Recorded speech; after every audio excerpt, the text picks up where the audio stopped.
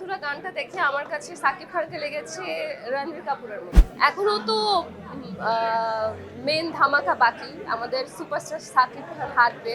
আমার কাছে মনে হয় যে বাংলাদেশ সাকিব খানকে ওভাবে রিপ্রেজেন্ট করতে পারেনি। তার আজ থেকে 4 বছর আগে আমি সিনেমাটা করেছিলাম, বাট ওটা মনে হয় আমার ব্যাড ডিসিশন ছিল। লয়াল, হ্যান্ডসাম, কেয়ারিং, ভালো ছেলে। আর কি বলবো, আরো বেশি বেশি বললে তখন বলবে gold digger. First time Dhaka fashion ডেতে আসা, সো আমি তো খুব এনজয় করছি, খুব ভালো লাগছে। এখনো তো মেন ধামাকা বাকি, আমাদের সুপারস্টার সাকিব খান হাঁটবে, সো তার জন্য অপেক্ষা করছি। এটাই তো মেন ধামাকা। এটা শেষ হলে বলতে পারবো ওভারঅল কেমন এক্সপিরিয়েন্স ছিল।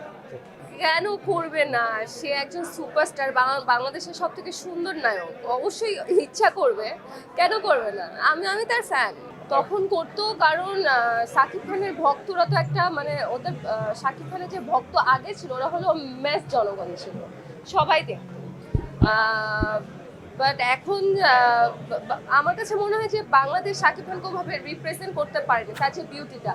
কিন্তু এখন সে বাইরের কাজগুলো করে তার যে বিউটি বা তার যে অ্যাক্টিং স্কিল সবকিছু বাংলাদেশ ইন্ডিয়া যৌথভাবে দেখতে পাচ্ছে।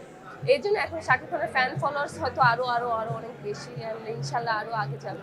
অসাধারণ আমার কাছে, মানে বলিউডের মানে আমি উড়াধুরা গানটা দেখে আমার কাছে সাকিব খানকে লেগেছে রণবীর কাপুরের মতো। Sorry to say, but same to same Ranbir কাপুরের মতোই লেগেছে, এতই ভালো লেগেছে।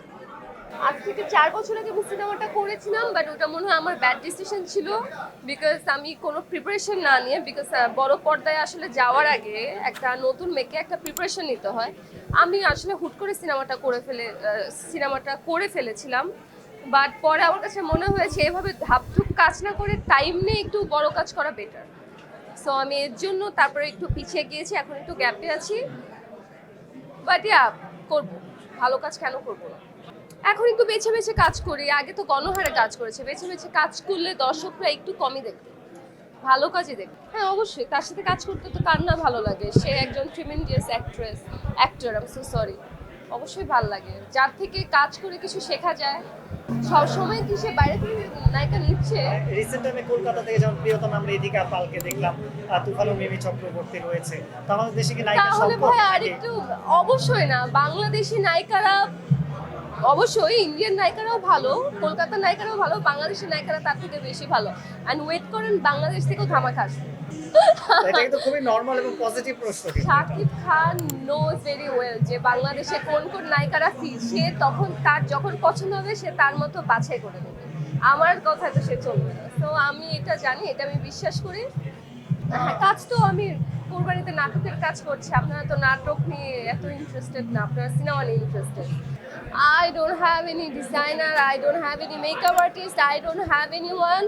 আমার ড্রেসিং সেন্স বা আমার স্টাইলিং, আমার সব কিছু আমার নিজের করা। I don't have anyone. আমাকে যেভাবে দেখেন টো হেড এভরিথিং আমার নিজের। আমি নিজে আমার ড্রেস ডিসাইড করি, নিজে পরি, নিজে কাপড় কিনি, so it's all by me. শেষে একটু নাটক নিয়ে, যেহেতু আপনি মন খারাপ করেছেন, আমি মন খারাপ করি নাই, থ্যাংক ইউ সো মাচ। শুনতে চাই ভাই আপনারা একটু দোয়া করেন, যদি দোয়া করেন তাহলে হয়তো আসবে, বিকজ আমি তো খুঁজে পাচ্ছি না। অবশ্যই আমি চাই, কেন যাবো না, অবশ্যই চাই। আমার আসলে এরকম কোনো থিওরি নাই, বাইরে ভিতরে, মিডিয়ার ভিতরে হলে আমাকে ভালো চিনবে, কিন্তু মিডিয়ার ভিতরে কি হিন্দু ছেলে এক্সিস্ট করে? খুঁজে দেখেন আপনারা, সাংবাদিক ভাইরা। আচ্ছা, আপনারা কথা বলে আপনি আমার সামনে নিয়ে আসবেন, দেখি। আমি তো খুঁজে পাই না কাউকে, আমার মা তো খুঁজছে, আমার মা তো কাউকে খুঁজে পায় না।